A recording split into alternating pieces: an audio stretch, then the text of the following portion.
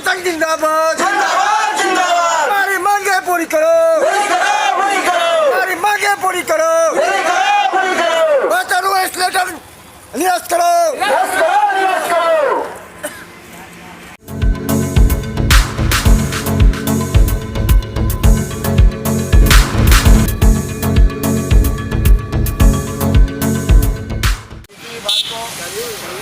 नमस्कार, हम इस समय गर्दनी बाग पटना में और देख सकते हैं आप वार्ड सचिव संघ के लोग आज भी यहाँ बैठे हैं। लगभग 124-25 दिन आज इनका हो चुका है। एक बहुत लंबा अरसा है 24-25 दिन। और हम बात करते हैं वार्ड सचिव संघ के अध्यक्ष से कि क्या है आगे और कितना दिन तक ये चलेगा आपका और कब तक रुकेंगे। जिलाध्यक्ष से हम जानना बताइए कि और कितना दिन झेलिएगा आप लोग। देखिए सर, हम लोग को जब तक मांग पूरा नहीं होगा तब तक ये धरना हम लोग को चलता रहेगा। 1 महीना का शेड्यूल जो है से बन चुका है रहा था संयुक्त जिला से, लेकिन अब जो है से जिलावार शेड्यूल हो गया है। जो मेरा आज गया जिला का शेड्यूल है, इस तरह से जो है से आपको 1 महीना तक के शेड्यूल बन गया है। अगर इससे भी सरकार इसके अंदर में नहीं सुनती है अप्रैल तो मई तक हो चुका है, जून के भी शेड्यूल फिर निकलेगा। क्या क्या मांग है आप लोगों हम लोग को मांग है, बस एक ही छोटा सा मांग है कि हम लोग को जो लेटर जो निकला था 72/19/13/12/2021 का, उस लेटर को निरस्त करते हुए और पुराने वार्ड सचिव को पुनः उसी पद पर रखा जाए ताकि हम लोग का जीवन यापन मिल सके। और हम लोग को जो पूर्व में जो पंचायती राज मंत्री थे कपिल देव कामत, जो मानदेय देने का विचार किए थे, उसके तहत जो है से हम लोग को मानदेय दिया जाए।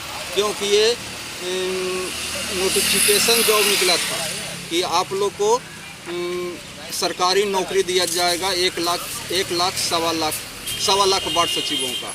तो हम लोग उसी उम्मीद पर जो है से जितने भी जो कुछ कमा रहे थे बाहर में, दिल्ली, हरियाणा, पंजाब, चेन्नई, तमिलनाडु, सभी जगह वहाँ से छोड़ छाड़ करके जब ये देखा गया कि ये वार्ड में ही जो है से नौकरी मिल रहा है, तो वहाँ से लोग आए और हम लोग ग्रामीण जनता मिल करके बुला करके और हम लोग को चयन कर दिया गया। और उसी दिन से हम लोग कार्य कर रहे हैं 2016-17 से, जो 4 साल 5 साल काम कर चुके, लेकिन आज तक हम लोग को मानदेय नहीं मिला और ना हम लोग कुछ भी नहीं मिला। 1 रुपया भी नहीं मिला। मतलब घोषणा कर दिया गया काम का, लेकिन मानदेय नहीं मिला और आप लोग काम करते रहे। और हम लोग को पूर्ण उम्मीद था कि हम लोग को हटाना नहीं, और बिहार के गजट में भी हटाने का कोई प्रावधान नहीं है। लेकिन जब बीजेपी के जो MLC के जो बीजेपी के कोटे से जो बने थे पंचायती राज मंत्री, पूर्व पंचायती राज मंत्री सम्राट चौधरी, उन्होंने डायरेक्टर के कह करके और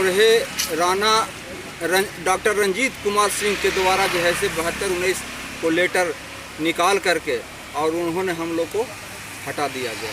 और उसी का विरोध जो है से हम लोग आज 18 से संघर्ष कर रहे हैं मानदेय के लिए भी, और फिर 2021 से तो ये निकाले हैं, उस दिन से लेटर को भी निरस्त करने के लिए हम लोग लड़ाई लड़ रहे हैं। अगर आपका ये मांग पूरा नहीं होता, आज 124 दिन हो गया, तो क्या ये लड़ाई आगे कितना जाएगा, कितना विकराल रूप लेगा, सड़क से संसद तक जाएंगे, क्या करेंगे? देखिए, हम लोग जो धरना इतना दिन बैठे, विधानसभा जो बजट सत्र चला उसमें 5 विधायक आवाज़ उठा चुके हैं। मैं उनको अपने तहे दिल से उनको धन्यवाद देते हैं, और जो हमारे समर्थन में जो पेपर भी लगा चुके हैं हम लोग के अति में, मैं उनको भी धन्यवाद देते हैं। और उनको जो है से अति है मैंने मांग पूरा वो करा करके ही रहेंगे, जैसा कि मेरा उम्मीद है। सरकार भी हमको जान चुकी है, मान चुकी है कि हम लोग को संविदा कर्मी में जो सुनने में आया है सूत्रों से कि संविदा कर्मी में हमको ला दिया गया है, और हम लोग को जल्द जो है से मैंने नियुक्त किया जाए। क्या नाम है आपका? मेरा नाम देवेंद्र प्रसाद, गया के जिलाध्यक्ष।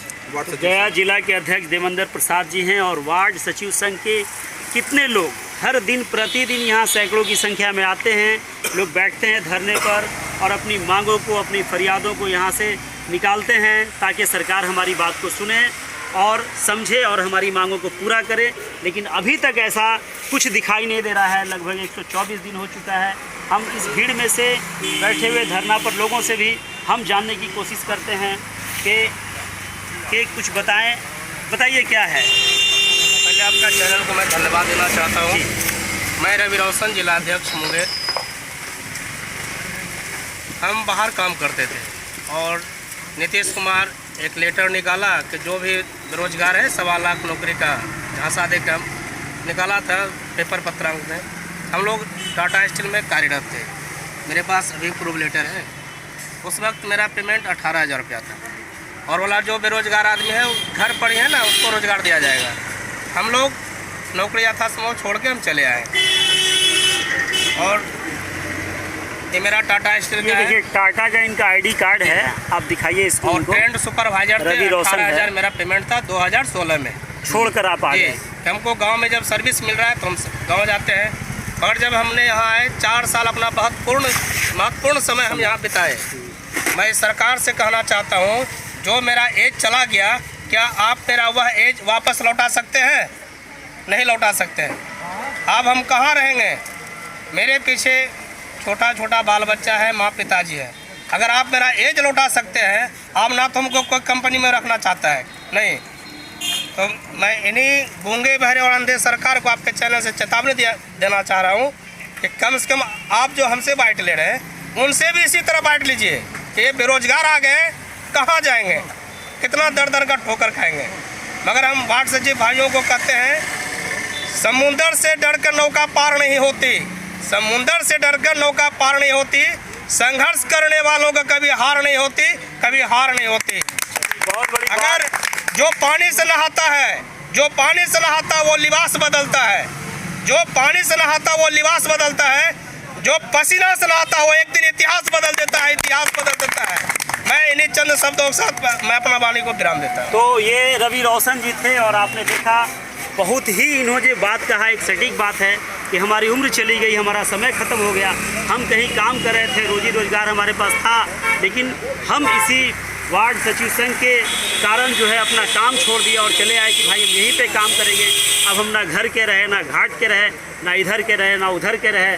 सरकार ने जो वादा किया वो वादा खिलाफी हो गई, और उसमें अब हम लोग ऐसे हो गए कि बाल बच्चा, परिवार, माँ बाप, बीवी सब भूखे और इस स्थिति में पहुँच गए। मैं भी सरकार से ये कहना चाहूँगा कि अगर आपके तरफ से इस जिस तरह का आश्वासन कम से कम मेहरबानी करके आप जो है इनकी सुनिए और इनके ऊपर कुछ ना कुछ अपना दृष्टि दीजिए। चूँकि हर दिन गर्दनीबाग में लोग कुछ मांगों को लेकर बिहार सरकार के खिलाफ बैठते हैं। कब तक इस तरह का आप यातना लोगों को देंगे और लोग यातना झेलते रहेंगे? मैं आदम परवेज, देश की आवाज़ के लिए, गर्दनीबाग, पटना। पूरी करो, वार्ड सचिव संघ को स्थायी करो, स्थायी करो, स्थायी करो, स्थायी करो, स्थायी करो। स्थायी करो, स्थायी करो। जिंदाबाद,